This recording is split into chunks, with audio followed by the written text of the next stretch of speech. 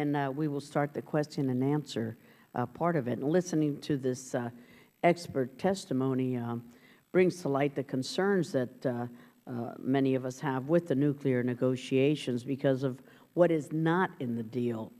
The failure to incorporate Iran's ballistic missile program as part of the nuclear negotiations, the non-proliferation concerns that we now face in the region as a result of this nuclear deal and as a result of ignoring the ballistic missile threat, and the lifting of all of the sanctions at the UN, which will impact Iran's other illicit activities and will bolster the regime's pockets and will continue to attack U.S. interests as a result. So with that in mind, my one question is, can we fully understand the scope of Iran's ballistic missile and nuclear program without addressing the outstanding possible military dimension questions? And will we ever know fully the extent of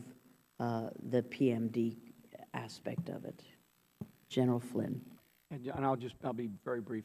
So the latter part of your question, I don't think we can ever fully understand. We will never have perfect, what I call bulletproof intelligence on the capability that you just described. I do believe that as they move forward with this capability, they will not risk failure without testing themselves through either actual physical testing of the capability itself by firing it in the region, and also simulation components of testing. So I think we would see some of that, particularly if they decided to match an ICBM with a nuclear capability. So we would see some of that because they just would not risk failure of the system by just inadvertently launching something like that. So we would see some, but we would never know the full extent of it. Thank you, sir. Ambassador? Thank you. I think the IAEA has served an invaluable purpose for providing information and insights on the Iranian program. And in November of 2011, they identified in their quarterly report 12 of these activities that are potentially related to a military dimension. And in fact, some of those activities, including the design on a warhead for a missile, are only related to weaponization. Since then, as you point out, the IAEA has been stonewalled by the Iranians. Iran has made repeated promises that they would come clean. Apparently, what's being negotiated now, I don't know what the final text will be, of course, but apparently we're going to accept yet another promise that they will come clean on these issues. My sense is, in order to understand the 12-month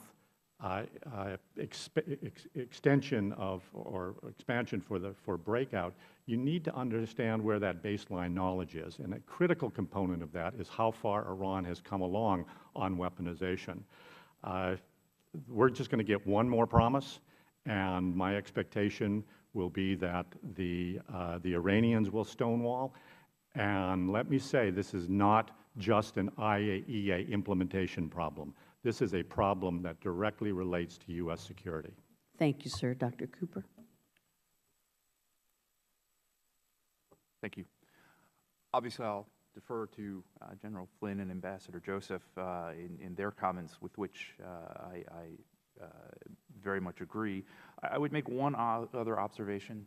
I've approached this having been, as it were, in the trenches of this business for a couple of decades. And one thing I've experienced is that when a country has had nuclear weapons ambitions and makes a strategic decision to change course and to give them up, it's, in my experience, surprisingly easy for them to demonstrate that convincingly. That is not what this looks like. Thank you. Thank you, sir. Dr. Kordsman.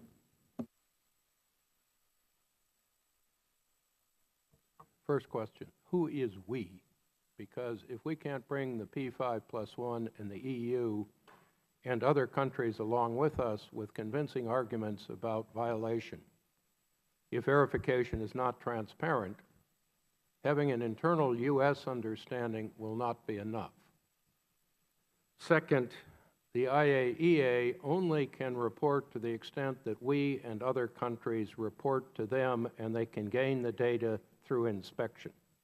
Inspection is not an all-source approach to verification. The limits are extremely sharp. So one key question is, exactly what will the U.S. effort be and the Allied effort be to actually support the answer to your question?